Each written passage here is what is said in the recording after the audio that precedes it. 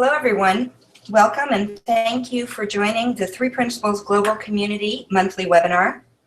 The Three Principles Global Community, also referred to as 3PGC, is a nonprofit organization that's committed to bringing an understanding of the three principles to people throughout the world. You can learn more about the three principles and 3PGC at 3pgc.org. Today we have with us Lila Turner. Lila is the Director of Personal Programs at One Thought. She left a 20-year career in the luxury design industry to join One Thought as a teacher and consultant. After graduating the One Thought practitioner training, Lila joined the company and has developed a range of experience working with individuals, executives, business teams, and as a faculty member on the practitioner training program. Lila also runs the One Thought Community Night, where she is the host and a regular speaker. Lila is also an international Three Principles speaker and is a regular small group facilitator on the Pransky and Associates practitioner trainings. And Lila is married to One Thought co-founder Aaron Turner. Lila, thank you so much for joining us today. And to everyone watching us live, please take the opportunity to type in any questions you might have for Lila in the Q&A box, which would appear on the right of your screen. So Lila, I'm going to go ahead and turn it over to you. Hi, thank you, Bonnie. You know what, it's interesting because this is my first official contribution to the 3PCG outside of having watched it grown from the beginning. And I kind of just wanted to share a little bit because before I was ever involved in the principles, I remember it wasn't long after Sydney Banks passed away that there was people scattered around the world that had kind of learnt from him and wanted to pass on the purity the best they could of what he was trying to say that had made a difference for them. And so they all got together and thought, well, how can we do this? And that's when the 3PCG was born. I remember the retreat when everybody was trying to figure out what would be the best way to do it. And it's interesting because I don't know that they shout about it enough, but it's totally voluntary based. It's non-profit. None of the speakers get paid for any of the talks they do at the conference or any of these. And I sort of almost feel like that people don't realize that this is an offering to try and offer the purest understanding or the purest what we've taken from what we've learned to the world. And I kind of having seen that grow from the beginning and kind of where it is now, I just wanted to share that to anybody who's kind of stumbled across this. I love referring to people to the 3PCG because there's no agenda. There's no promoting somebody's business. It's just, again, sort of the purity of the message, the best we all can. And I love that it's free and it's a resource. I really, really, really feel like it's a fantastic resource with the most diverse speakers. So I get to do one. That's really lovely. That's really lovely to ask me. Thank you, Bonnie. Yeah, really, really pleased. I was just thinking this is kind of no different from community night in the sense that I run a community night Wednesday nights in Covent Garden every week, and you never know who's going to turn up, and that's kind of why I love it. So I have no idea who's online or who's listening, whether people are new or been around for a while. So I don't get to ask you unless you pop up with a question. So I wanted to, when Bonnie, I got asked a little bit late notice, but it immediately popped into my mind what I thought I would be lovely to share. And the reason why I wanted to share this topic is because I'm starting to see a theme in the people I work with consistently over and over again. And that's essentially when people spend a few days learning about their mind and learning about the direction that things work, meaning the nature of thought and where that gets born, they start to get kind of less embroiled in their thinking. And what they essentially do is you can see in their face, they kind of like almost color comes into their face. They kind of get a flush of energy that comes from themselves. And I feel like I see people in front of me reconnect with a more pure essence of themselves. That's a sort of purer version of themselves. That's something that they're walking around in, but we can very easily get distracted or caught. And so I wanted to share, I suppose, my story, because my story started with realizing that there was something more to me than I'd experienced, that I thought was true. And because I'm seeing it over and over again with people, I wonder how many people have really considered that there's more. So I don't know if any of you saw my Twitter or Facebook. I wanted to put an image up for this, so I did Oliver Twist from the old movies. More, sir, please. He looks really bedraggled and hungry. So if any of you read the bio, I essentially was around the principles for maybe 15 years, and I was an advocate. My husband, Aaron Turner, was a growing, developing, flourishing practitioner in this. And so I loved what he did. I could see that he got more comfortable and more ease in himself. But he always looked like he had a sense of enjoyment anyway. He always enjoyed chatting to people.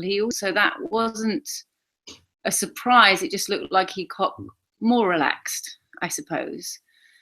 And I would see that people around that kind of just had a really nice sense of ease about themselves. And I would say probably for 15 years, I kind of loved what he did. I would go to conferences. I would go and listen to Sid at his conferences and fall asleep a lot. And I essentially took or drank in the best I could from what I heard, which took me from chronic anxiety to just sort of lower level chronic anxiety. So my feeling state that I lived in before coming across the principles at all was harsh. It was kind of like desert terrain, but with traffic or something. I mean, my head was so jammed up, and I wouldn't know that I didn't have to listen to absolutely everything that came in. And what was interesting about all the thoughts that come in is most of them would either have a compelling feeling or a bit of guilt, or a bit of this, or I should, or resentment. So that's a bag of emotions to live in. And that kind of was what my reality was like. And when I came across the principles and listened for the first 15 years, I was a softer version of that. So I would say, if you imagine a room that you live in of your mind, it was crazy in there. And then the traffic went from really noisy to less noisy. And there was a little bit of more fluidity, but it was a softening of what was there. But not a huge amount. I thought, because I'd kind of been around and listened with huge amount of earnestness, that was what I was going to get.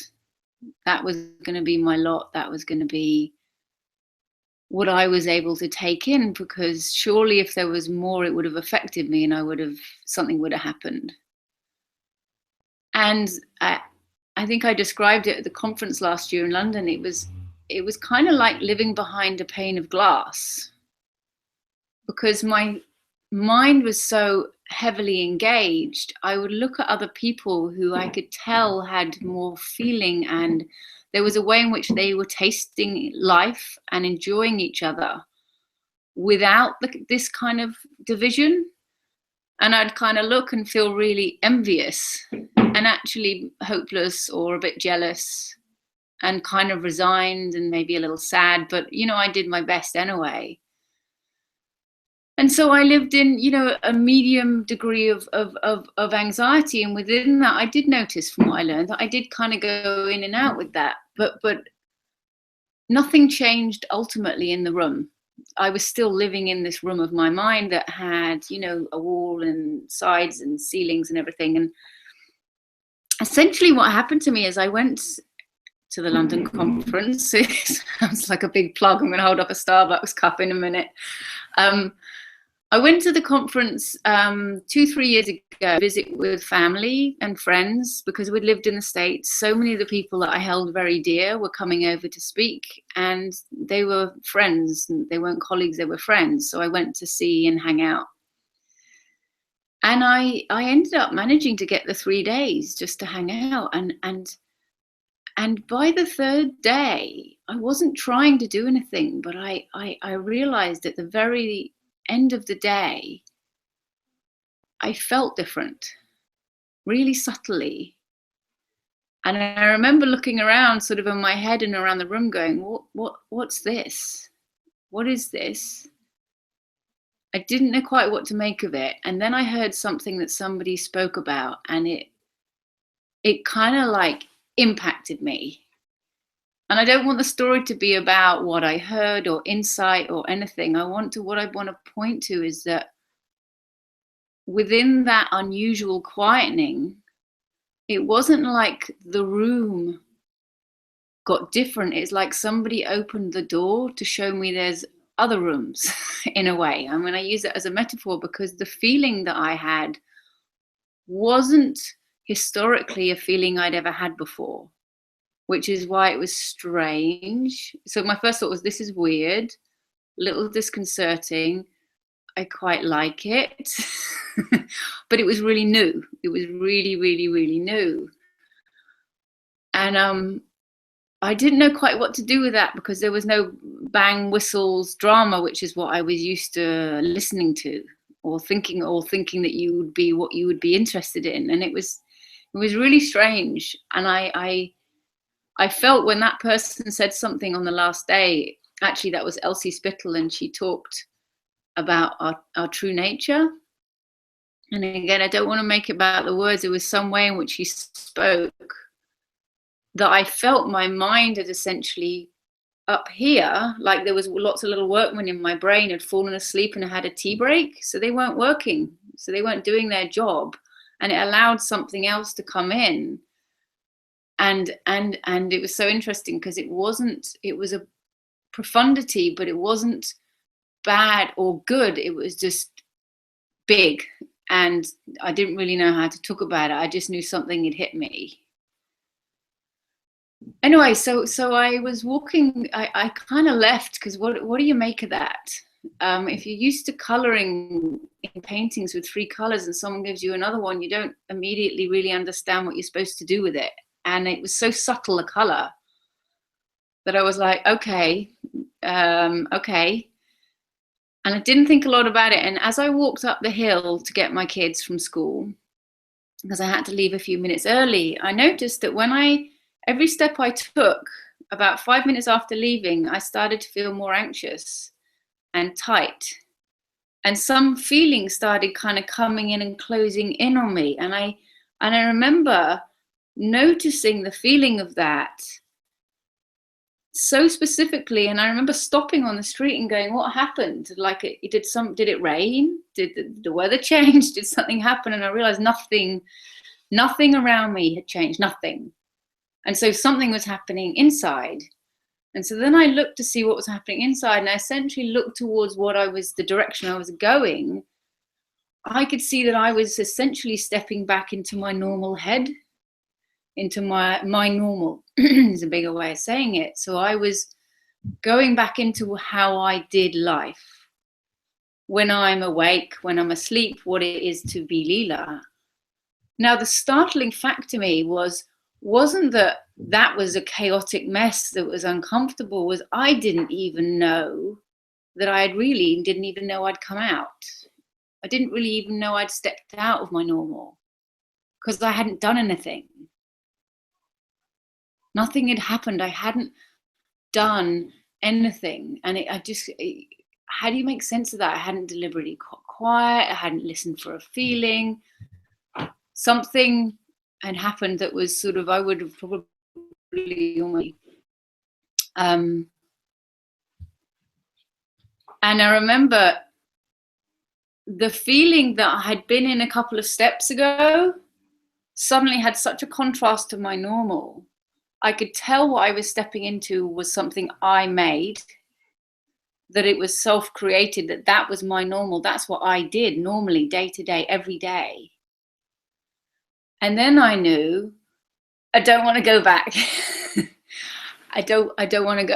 I just instinctively, it's like you just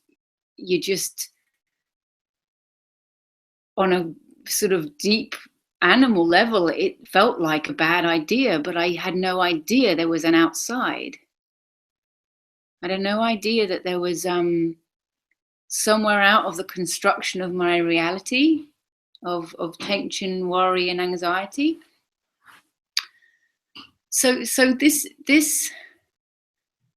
you know, that's where my learning started, because I was so shocked, and I have to say humbled. I would never have told anybody I know what the principles are, but the assumption I did make is that it had impacted me as much as it could, given my, if I was honest, shortcomings, given my, you know, not quite as good as everybody else spiritually or whatever, you know, whatever those assumptions were. I had assumptions that I'd taken in the full impact. That was an assumption.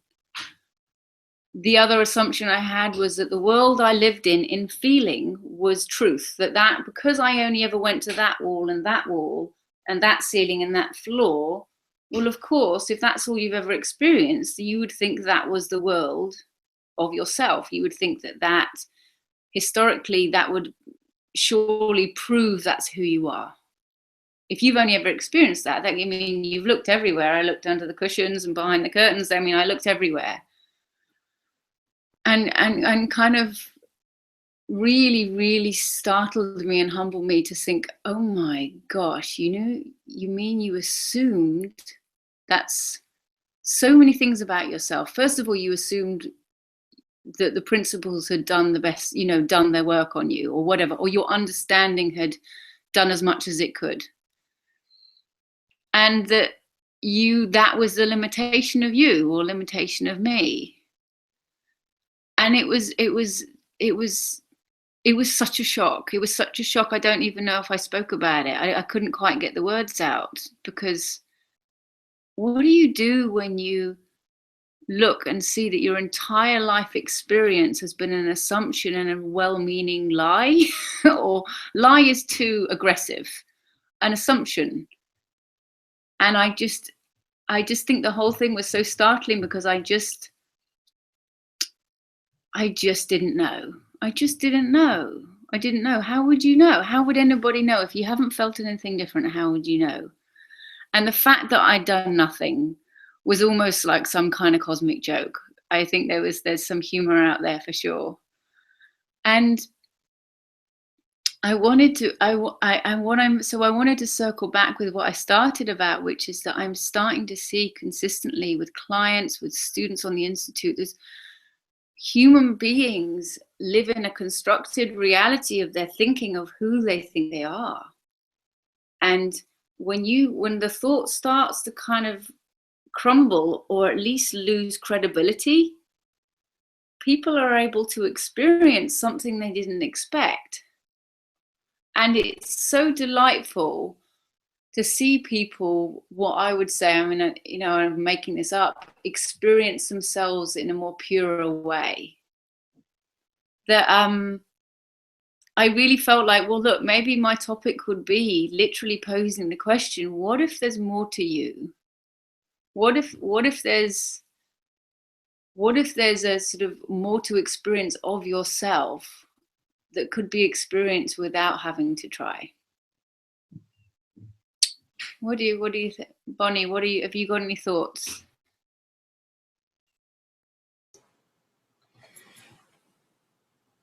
What's hitting me is my experience over the past 2 years of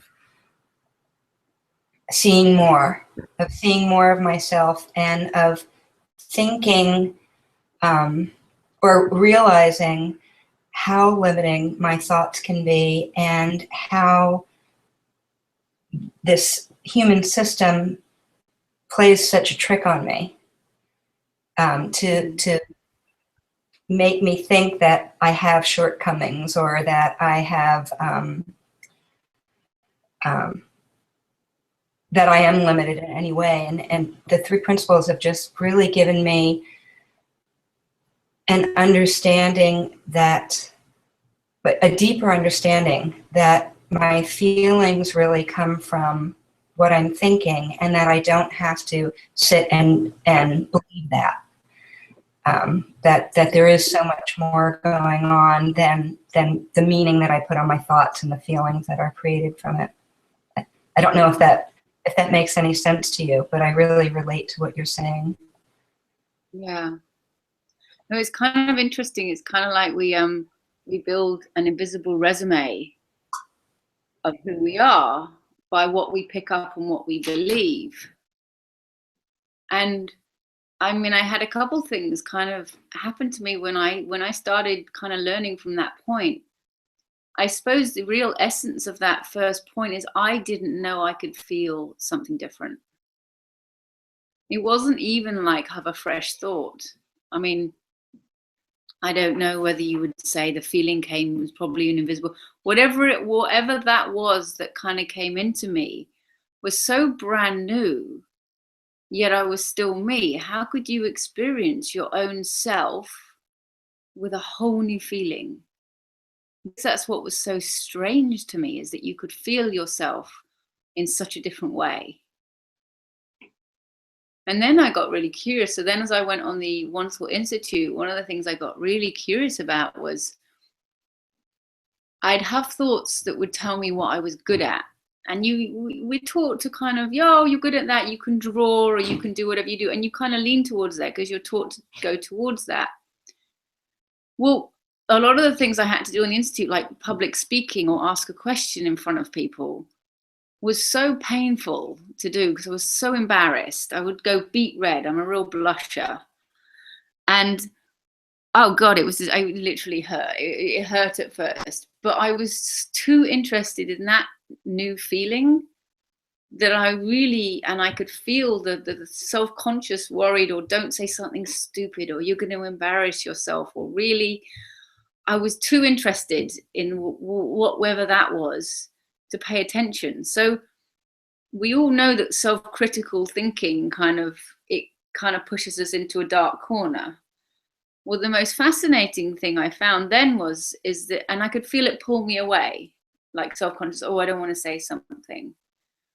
Well, then I would have times where you'd have different, things that you could possibly do with what you were learning to go and talk about or help people with, or go into schools or do this or do that. And then I would have thoughts, well, you're good at this, so do this. And what I realized is the thoughts that told me I was good at something did the same thing, which pulled me away into a corner, the same way the ones that said, oh, you're bad at that. And I was like, that's pulling me out of where I was a minute ago. That's pulling me away from the room. It's pulling me away from engaging with everything freely. That's weird. So you mean that the thoughts I have about myself that I think are the good ones are kind of essentially like a really pretty cage, as opposed to a really dark, cast iron, ugly medieval cage, which we all know the kind of critical thinking is. Well, what about the thoughts that we think are our assets? Oh, you do that because you're good at that. I could feel in real time that the thoughts I thought I was good at had an element of pulling me out of just being able to do anything and try anything. And because I was so interested in this new feeling, I started to ignore those as well. And then I got kind of really interested because I would try all these things that I would never normally try. Like my first public talk, I did a really mediocre job. Like I was super mediocre. It was like totally unmemorable, but I was relaxed and I enjoyed it. And I had some lovely observations about the room. And it was so amazing to have a more neutral experience and have something not have to be brilliant or amazing or terrible. And I mean, I was elated. I was like, that was awesome, to not freak out that it wasn't brilliant. So, it was very liberating to sort of see the thinking we have about ourselves, the small ones, good, bad, I'm good at this, and then the more profound thoughts that we have, that we think that we live in, that we think contain us or are us at a fundamental level. Yeah. I don't know if do we have people that have questions? There was a question that popped up, but then I'm not sure if the person took it off. I think the beginning of it said, is there a way to help lead people to have the experience that you had? And whoever typed that question in, if you could retype it, because I no longer see it, that would be helpful. But that was the beginning of it. Is there a way to help lead people to have that experience? Well, it seems to me the nature of learning is you have an insight about yourself, and then you try and you figure ways out to share that. But it's very easy into sort of thinking, well, oh, well, I was really quiet, so I'm going to make people get really quiet. Well, that becomes a way. That's very subtly technique in a way. I think the only thing that's sort of helpful for me that I go back to is knowing it's in there. And then you kind of like, I grew up on a farm and we always had these really cheeky terriers that were the ones that are trained for going down down rabbit holes. And they're really tenacious, and there's a way in which you haven't got to know how you're going to get there. But it's nothing wrong with being kind of tenacious, that you'll try any kind of bush and bit of soil, and you'll kind of knowing what people are made of because they're made the same as you. And then kind of having a conversation and listening, I think something else happens. You figure that out. And whoever asked that question, is that a little obscure? I'd love to know if this is actually answering people's questions. Because if that's like... Here's the exact question. Is there a way to be able to bring people to a similar experience that you've had of being liberated from their thinking about themselves? Do you want me to, can you see the questions, Lila, or do you want me to repeat that? Oh, I knew how to, no, I remember. Hang on, Q&A, I remember. See, I'm the ultimate slow learner. There you go, let's have a look. It's loading. Is it what it is? Liberated from the thinking of themselves. Well, here's the thing. I mean, my response to that is I always trip over thinking I've got to point to, like, for instance, do you see you have a bunch of thinking about yourself, or do you see that if people figure out the nature of thought at a pure level, or the nature of it in a somewhat neutral way, like they really appreciate how thought works in them, then the rest, again, they will start to see that their thinking about themselves has a quality to it, and often the quality to it is unhelpful. So the content of their thinking becomes less helpful. Does that make sense? So, you know, sometimes I might say to somebody, wow, you think about yourself a lot. How's that working out? But generally, if people really understand how thought works in themselves, they'll start to see that. I mean, you ultimately only ever teaching people to be their own teachers. And, you know, telling it to them and not really seeing it for themselves doesn't really go very far unless it just happens to really hit them. But if you kind of essentially work on someone's, this is probably a really dodgy term, spiritual immunity or psychological immunity, where they understand what is happening to them is their thinking. Their thinking has varying degrees of quality about it. Some of it is just less trustworthy, but as innocent as the rest. They'll start to see the way I talked about noticing that the good thinking about myself and the bad thinking was actually both had a quality of pulling me away from feeling free. That wasn't from thinking about the thoughts I have about myself. It was about noticing what thought did to me in a moment. What would happen to me? What would happen to when I'd follow these kinds of thoughts? Where would they take me? Were they helpful? Did I like the feeling of them? So, you know, in kind of to sort of simply say, I think if people really understand the nature of thought and their mind, they figure that they kind of, it becomes self-evident. But if something really occurs to you to say about that, you know, oh, what's this? Yeah, that's a helpful answer. Is to see how thought works in themselves. Yeah, there you go. Bingo! Yeah. If anybody else has any other questions, please chime in. We can't hear the noise in the background here. Yeah, and it's one of those things that I really I mean, I'm new. I'm a couple years in, and I can constantly think that there's something that I'm supposed to do for people.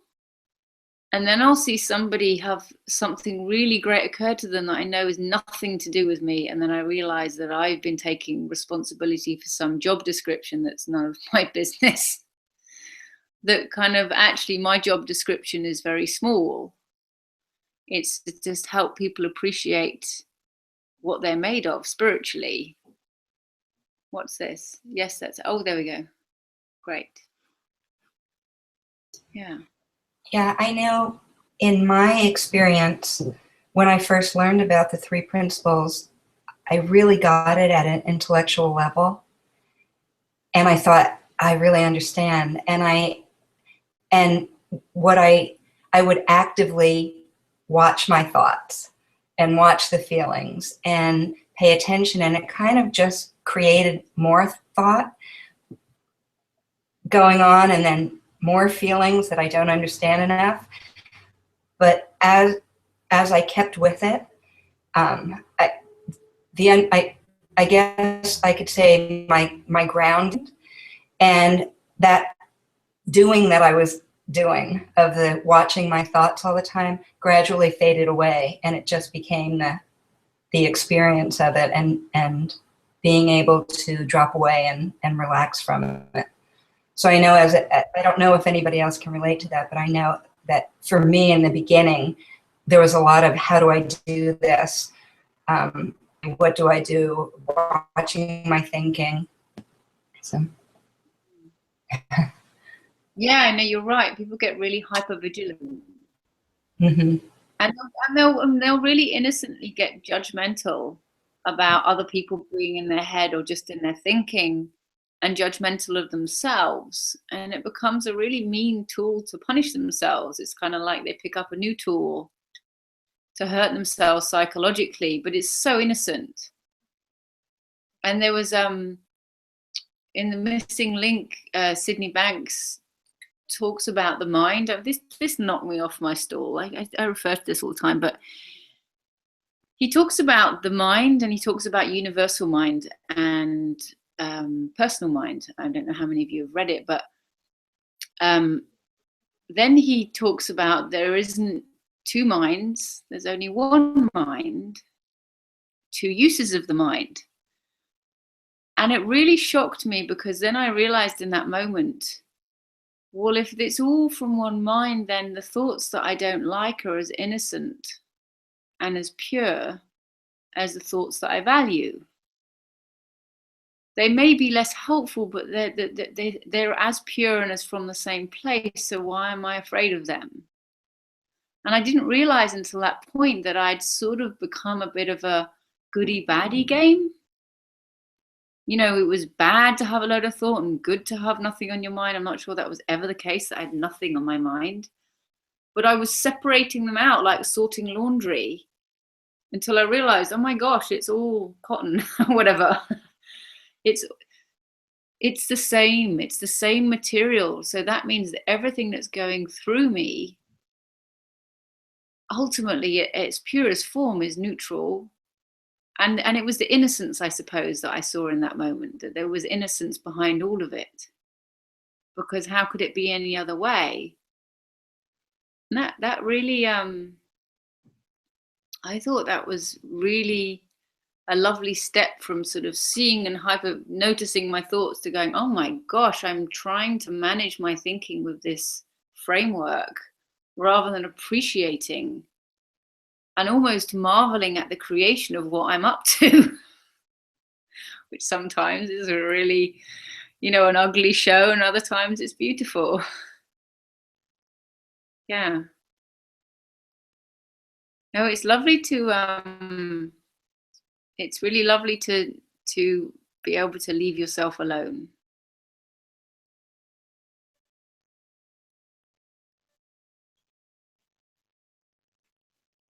It's a kind of another thing that's been coming up quite a bit in our Wednesday night groups and things is when people kind of start to feel a pure sense of themselves, they start to realize that there isn't something to fix at varying degrees. They'll see that in different degrees. But the impulse to kind of get on ourselves gets less when you start to get a stronger feeling of yourself that's less filtered, less messed, just a sort of more free-flowing version of ourselves. It kind of becomes like, why mess with that? Although I still do. Okay. I keep hearing from people about how, okay, can I read the questions out, Bonnie? Yeah? Okay. I keep hearing from people about how well I'm doing, but I don't see it in myself. I feel happy and contented, and whatever wisdom I have seems to me like it's always been there instead of like it's new information. It's like I don't have any comparison. Interesting. Well, I kind of wonder if it ain't broke, don't fix it. In the sense that people will make of things, but if you feel content, I think that's what everybody's looking for. If you feel kind of relaxed and kind of at ease with yourself, I don't know. I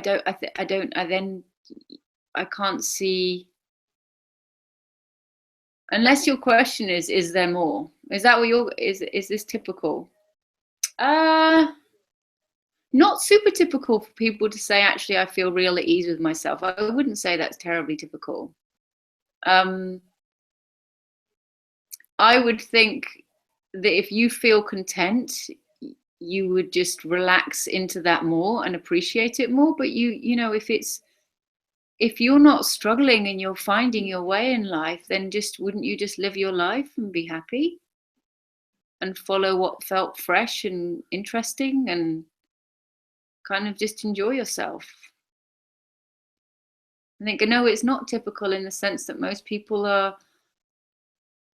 do struggle with what goes on in their head. Most people to varying degrees have a real problem with having a human experience. Well, because they don't know where it's coming from. Yeah. Did that answer your question? Last person. Let's see if it comes up.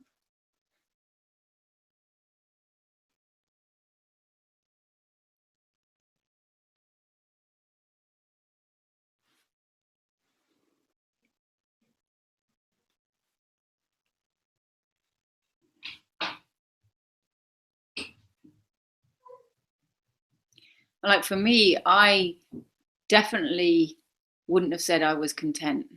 I would have said I was coping. He says, yes, thank you. I would have said I was coping and slightly just about keeping my head above water most of the time. So I don't think you sound like I did. So good for you. But there's something, what's really interesting to me is that people will learn something about their mind, and it may be a small or practical thing or something that feels more sublime, and they'll get to sort of a sense of ease and things will start working out well. And it's quite common to kind of go and do a follow-up with a client and they'll say, well, yes, I had an argument or whatever. And I'm like, yeah. And I'll say, well, what else? And they'll say, oh, well, the relationship with my mother's really improved. I'm like, really? How long is it since you've kind of got on well? Well, 10 years. I'm like, okay, great. And then they'll keep telling me that the life will unfold in a really nice way, but they'll say, but there's problems because this didn't go well. I'm like, yeah, but that's normal to have bumps in the road.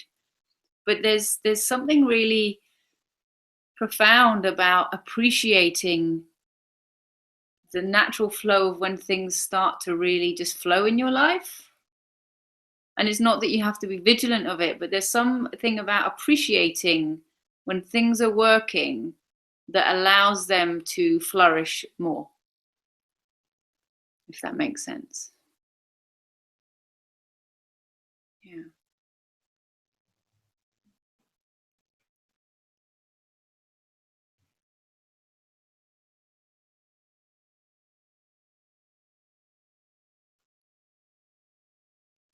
Oh, I just noticed it says currently answering. That's fancy.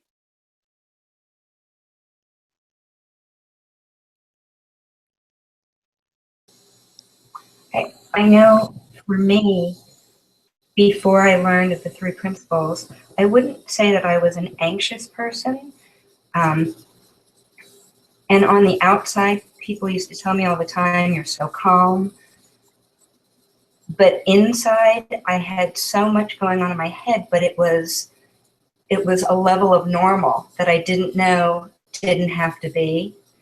And that's something that really changed with an understanding of the three principles, that level of what I thought was normal noise has dissipated quite a bit. And it's really allowed me to do different things in my life because I am more relaxed about it. I don't know if I'm making sense, but it wasn't, I hear a lot of people saying how much anxiety they've had and outwardly as well. And that really wasn't my case, because I just thought what I was experiencing was, and it wasn't going to be any different. So. Yeah, I mean, normal is such a funny idea, isn't it? I think that's what turned on its head for me is, well, normal for me, or normal isn't that what it is for human beings? And to know that there isn't, the only thing that categorizes something as normal is just typical or consistent. But I don't think, hi from Caracas, Venezuela. Does that say that? Yeah. Hi. Hey. I think that's essentially what happened in that moment where something dropped out the bottom of me in terms of feeling, was that I discovered there was a possible for a new normal. It's kind of like my tension level went from 7 to 10, and I lived in 7 to 10, and then someone gave me a 6. Hey, I have yeah, you get to do that.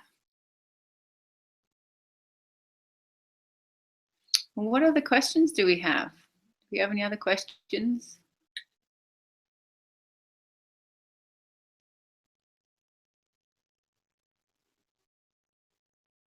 What else do you think people are curious about, Bonnie?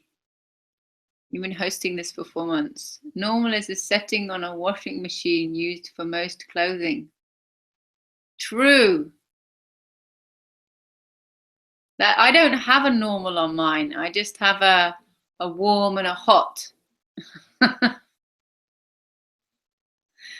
You know, it's interesting. In one of Sid's recordings, I heard him say, "Just go and be normal." No, it was about listening. Listen and be normal. Okay, what does this say? Do our moods and feelings come from our thoughts, or are there some moods and feelings that take hold of us before thought to give us rise to thoughts? Okay, i.e. the effect of the weather or hormones. It's a really lovely question. It's a chicken egg question, isn't it? Like, surely some things affect us.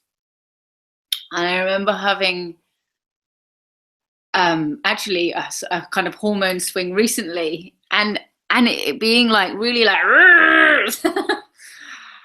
and then and feeling like I didn't really have a choice in logical. But then in that moment, knowing that I could only ever experience, essentially my hormones through thought. I can have it rush through my body, but I have to have a full experience. So thought kicks in.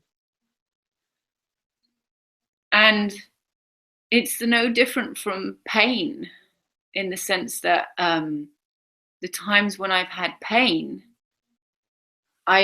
I didn't realize that the pain was maybe up to a 2, and then when I thought about the pain and how much it hurt, it crept up to a 6.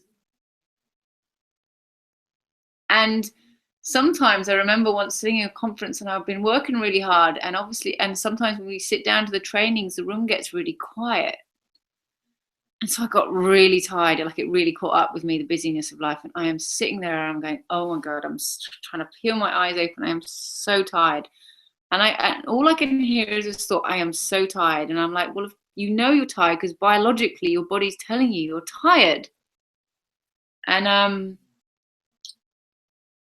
okay, I'm gonna get to that question in a second. I realized in that moment that my experience of tired, 90% of it, the feeling of tired, was coming from the thinking I made of the sensation of being tired, if that makes sense. So I'm kind of tired, and when I let my thinking relax about tired, because I got really curious about it, because I was sitting there sort of self-moaning in my head about how tired I was, and I let the tired thoughts go, I still felt tired, but it went whoop, shrunk down by like a really, and I was tired, but it wasn't like a big deal. Yeah, I'm tired. And it was interesting because my mind cleared. I was able to listen to the room and hang regardless of tired, if that makes sense. Does that answer your question about, I just want to make sure I've answered that question. So just because you mentioned hormones, like do things come in and then they are what cause? Well, you can have a sensation of something, but you have to add thought to it in order to experience it fully. So I would say you can't experience anything without a thought. That's what I would say. I mean, you have to have a thought in order to experience it. And we know that, say, if it's somebody being really awful to you, one time you might have a really awful thought about what they said, and then they can be really unreasonable another time, and you have a very different kind of thought about what they said. And their behavior hasn't changed, but you've had different kinds of thinking around the same behavior. So I don't know. So the person who asked the question about, I don't know if do our moods and feelings come from our thoughts? Yeah, I would say that, you can't have a feeling without a thought. I don't know if that answers that question. Hang on. Great answer. Thanks. So helpful to notice it is going on, and then you can relax about it. Well, I think that's a really good point. It's kind of what you said a minute ago, Bonnie, is kind of like, I was doing this and then I realized I could relax about it.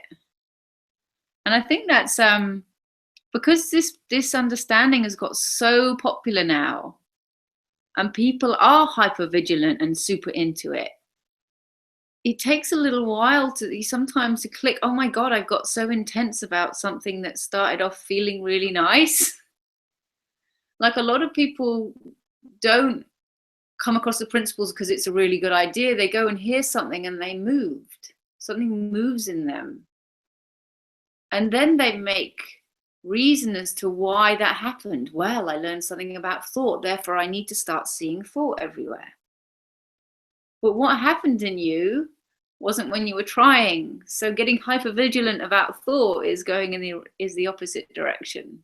But your point about relaxing is kind of more than important and profound. I don't know if that's helpful for people. Yeah. And I know I was just so used to jumping in to doing or fixing myself that's where the hypervigilance came in. As I understood more and as I realized that I don't have to do that for the thoughts to pass, they'll pass on their own, and I can really relax and know that I'm just feeling the thinking that I have in the moment. It made a huge difference. But I'm so trained to, or I have been so trained to just jump in and do something rather than take that pause and see what comes to me to do, if that makes any sense. That's a really, really cool, profound point. I had a client recently who I'd been pointing her to seeing her state in the moment, just seeing her state, seeing where she was at in terms of it, where she was coming from. Forget about the world, just where are you coming from, and notice her feeling state. Well, what she did, she came back, she was exhausted, and she's basically been busy, and I'm like, well, what are you doing? And she would notice her state, see that she was anxious, know that the thoughts that come out of anxiety are unhelpful, and then go and try and track down the thoughts that she had and kind of somehow figure a way of either ignoring them or moving them. And I'm like, oh my gosh, no. That would be like if you worked in a factory and you ran around and tried to do all of the jobs. It doesn't work that way. Your job, in my mind, this is always only ever in our own minds, is that the only thing you need to do is shine consciousness on your own state. When you see your own state, kind of like what you said, Bonnie, you see it, and that pause, or you leave it be because something else figures that part out. You don't need to.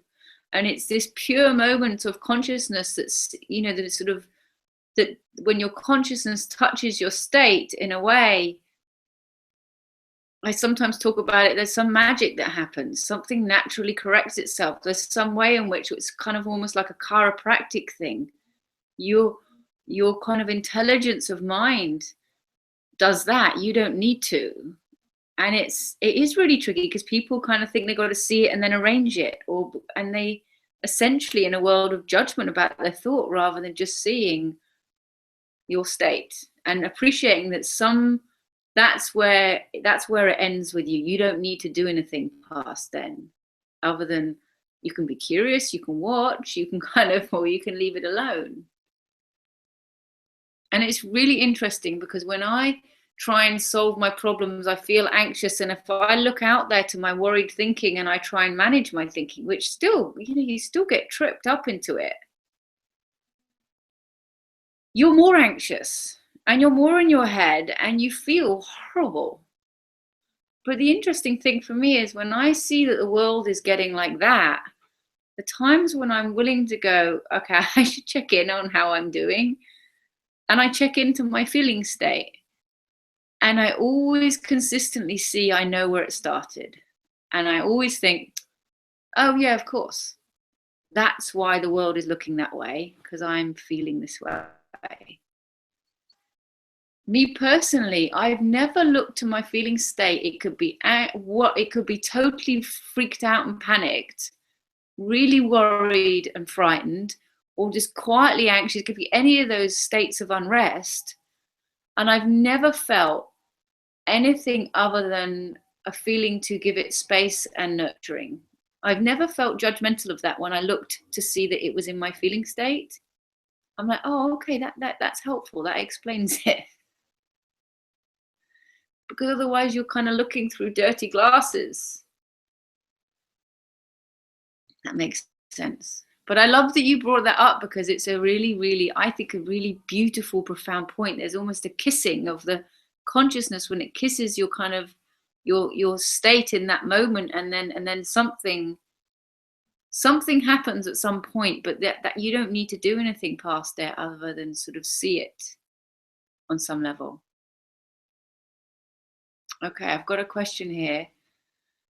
So the folks who have joined ISIS and appear to be thinking that rape, killing, and violence is the answer to their distress, is there hope for them to think differently?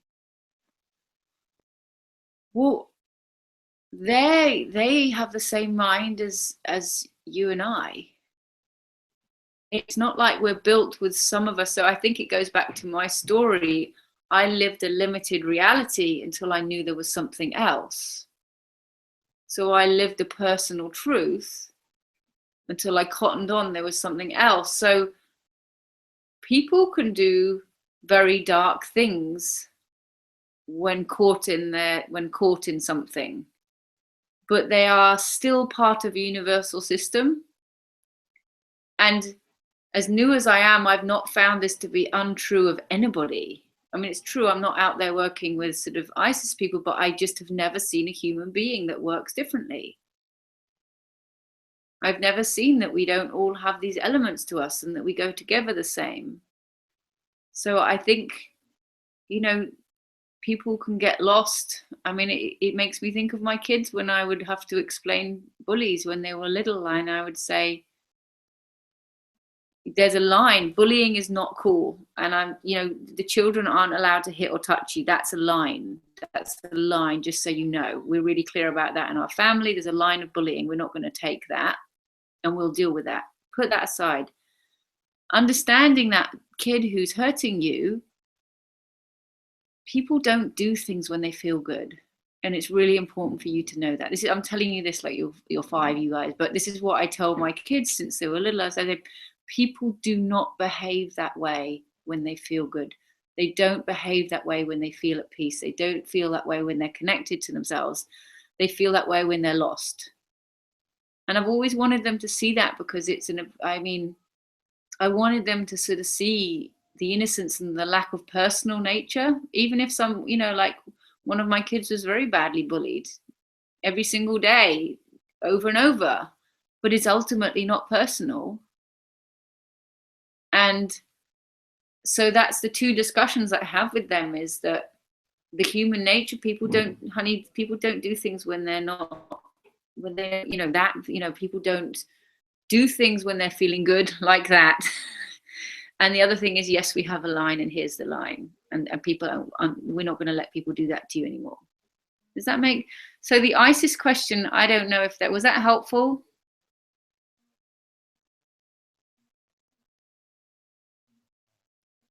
It was? Okay. So I think have we got time for, we're nearly done now. We couple any more questions before everyone's gone? Thank you so much, Lila. The kissing of the consciousness really strikes me. And on some level, it is answering all the questions that I've been having about how to. Thank you, thank you. Isn't that lovely? Yeah. Well, thank you for that. Really, really lovely. So we are coming very close to the top of the hour, and I just want to give you the chance to say anything to wrap this up, if anything's coming through on your mind. No, I feel robbed at not having people in a room to ask questions. I mean, I love that this is getting so global. It's kind of so lovely to have people right in front of you and you can see their faces. So, but I've really appreciated the questions. I've really appreciated the opportunity to kind of chat with you, Bonnie. It kind of feels like we've had a little conversation here. Yeah, I feel really kind of privileged and honored to have kind of made a contribution to this organization. So really thank you for having me. And if anybody has any questions about what we talked about, 3PCG is an amazing resource. There's just endless people on there. And oh yes, thanks. The answer to the ISIS question. And also, I mean, people can email me at lila@onethought.com if you have something specific that's not as general. Yes, thanks for the answer. It was a pleasure. Thank you so much for having me and your patience with the technical bit. Yeah, thank you so much for being so gracious with your time. And you mentioned it a little bit in the beginning, but Lila agreed to do this at pretty much the last minute. So it was, I really, really appreciate it, because I hate to have to cancel this. I know that so many people watch the YouTube videos afterwards, and it's so incredibly helpful for people. So really, thank you so much. And to everyone who joined us live, thank you. To everyone who's watching on YouTube, thank you. And please join us for the next webinar, which is on December 10th. Okay. Bye, everyone. Bye.